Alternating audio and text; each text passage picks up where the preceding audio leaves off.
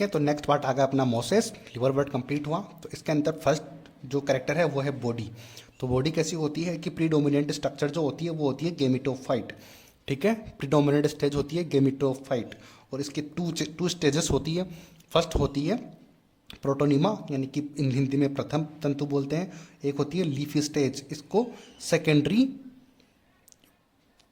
Primary filament बोलते हैं, यानी कि सेकेंडरी प्राइमरी फिलामेंट, यानी कि ये तो प्राइमरी फिलामेंट है बट वो है सेकेंडरी फिलामेंट, दूसरा है ना, इसलिए इसको बोलते हैं प्रोटोनिमा, इसको बोलते हैं सेकेंडरी प्रोटोनिमा में इसको बोल सकते हैं। तो इस चीज़ को आप ध्यान रखना, तो हर चीज़ को ध्यान रखना जरूरी है। तो अब पढ़ते हैं सबसे पहले प्रोटोनिमा क्या होती है। It is develops directly from spores, यानी कि ये स्पोर्स के डायरेक्ट स्पोर से बनती है। प्रोटोनिमा होती है डायरेक्ट स्पोर से बनती है। स्टेटमेंट के लिए बहुत सारे क्वेश्चन बनते हैं यहाँ से यार, ब्रायोफाइटा से बहुत क्वेश्चन बन सकते हैं, और हर एक क्वेश्चन मैंने लिखा हुआ है लाइन में, हर लाइन से क्वेश्चन बन सकता है एक। ठीक है, अब ये होते कैसे हैं। डायरेक्ट स्पोर से बनते हैं, क्रीपिंग होते हैं, हिंदी वालों के लिए लिखा हुआ विसर्पी हो सकते हैं, ग्रीन तो होते ही हैं, ठीक है, ब्रांच तो हो सकते हैं, एंड फ्रिक्वेंटली फिलामेंटस स्टेजेस होती है। फ्रिक्वेंटली फिलामेंटस स्टेज होती हैं, ये होता है प्राइमरी फिलामेंट या फिर प्रोटोनिमा इसको बोलते हैं। आ गई बात समझ में। अब बात करते हैं लीफी स्टेज की। हिंदी में भी मैंने लिखा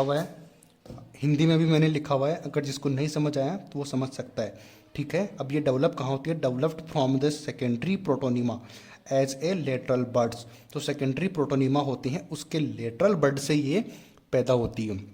आ गई बात समझ में। ठीक है, अब होती हैं कंसिस्ट अपराइट हो सकते हैं, cylinder axis bearing spirally arrange leaves. तो इसके जो लीव्स होती हैं वो स्पायरली अरेंज हो सकती है ऊपर की तरफ जाती हुई। आ गई बात समझ में। अगला करेक्टर है attached to soil through the multicellular and branched rhizoids. तो राइजोइड्स में प्रेजेंट होता है, वो तो मल्टीसेलुलर होता है प्लस ब्रांच्ड होता है, और जो उसी के द्वारा ये सोइल से अटैच रहते हैं। तो ये भी ध्यान रखना कि राइजोइड से भी क्वेश्चन पूछ सकते हैं कि व्हाट इज राइजोइड। तो ये होता है मल्टीसेलुलर प्लस ब्रांच्ड। तो हर लाइन में एक क्वेश्चन है, मैंने कहा था आपको। ठीक है, तो this stage bears sex organ, तो इसी के अंदर सेक्स ऑर्गन प्रेजेंट होते हैं। ये भी मेन इंपॉर्टेंट क्वेश्चन की लाइन है। ठीक है, अगली बात करते हैं रिप्रोडक्शन की। तो रिप्रोडक्शन इसमें होता है कि फर्स्ट इसमें रिप्रोडक्शन होता है वो है वेजिटेटिव रिप्रोडक्शन होगा किससे, by the fragmentation and budding in the secondary protonema. अब सेक्स ऑर्गन थे ही सेकेंडरी प्रोटोनिमा में, तो होगा तो वहीं से। ठीक है, तो fragmentation and budding in the secondary protonema. ठीक है, अब अगली बात करते हैं सेक्सुअल रिप्रोडक्शन। इसके अंदर antheridia plus archegonia are produced at the apex of the leafy shoot. अब जो लीफी सूट होता है उसके जो टॉप पार्ट पर, कौन सा पार्ट, एपेक्स टॉप पार्ट होता है ना, तो उसके एंथ्रीडिया और आर्किगोनिया में उत्पन्न होते हैं, और उसके अंदर उनके अंदर इन दोनों के अंदर फर्टिलाइजेशन होगा, जिससे जाइगोट बनेगा, और जाइगोट आगे चलकर स्पोरोफाइट में कन्वर्ट हो जाएगा। ठीक है, स्पोरोफाइट में कन्वर्ट होगा, और मैंने आपको बताया था कि स्पोरोफाइट में फूट, सीटा और कैप्सूल दिखाया था ना मैंने पहले आपको, ये दिखाया था नहीं यहाँ पे पहले, ये देखो कैप्सूल, ये स्पोरोफाइट में कैप्सूल है, ये कैप्सूल, ये स्पोर, और ये फ्री लिविंग गेमेटोफाइट इस तरीके से थे, और स्पोरोफाइट के अंदर फूट, सीटा और कैप्सूल है ना प्रेजेंट। तो वही वहाँ पर तो वही सेम बातें यहाँ पर भी प्रेजेंट होगी। आ गई बात समझ में।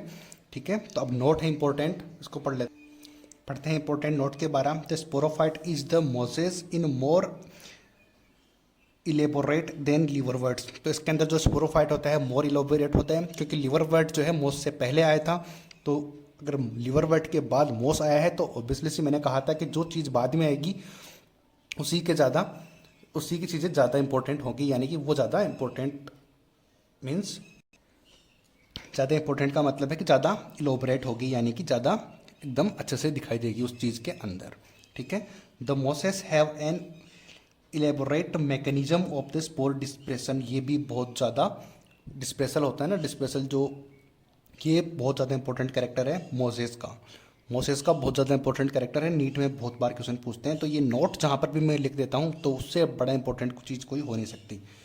ठीक है, फिर कुछ इंपॉर्टेंट पॉइंट है आगे। तो कैप्सूल कंटेंस स्पोर, तो स्पोर किस में प्रेजेंट होते हैं, कैप्सूल के अंदर। ठीक है, spores are formed after meiosis, तो स्पोर जो है मियोसिस के बाद बनते हैं। तो हर एक चीज़ इंपॉर्टेंट है, मैंने कहा था हर लाइन में क्वेश्चन है, तो वो है ही।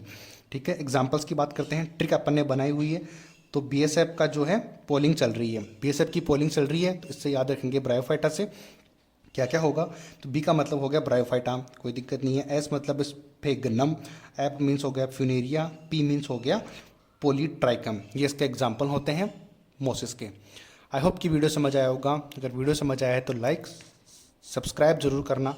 मिलते हैं अगले वीडियो में। Thank you so much.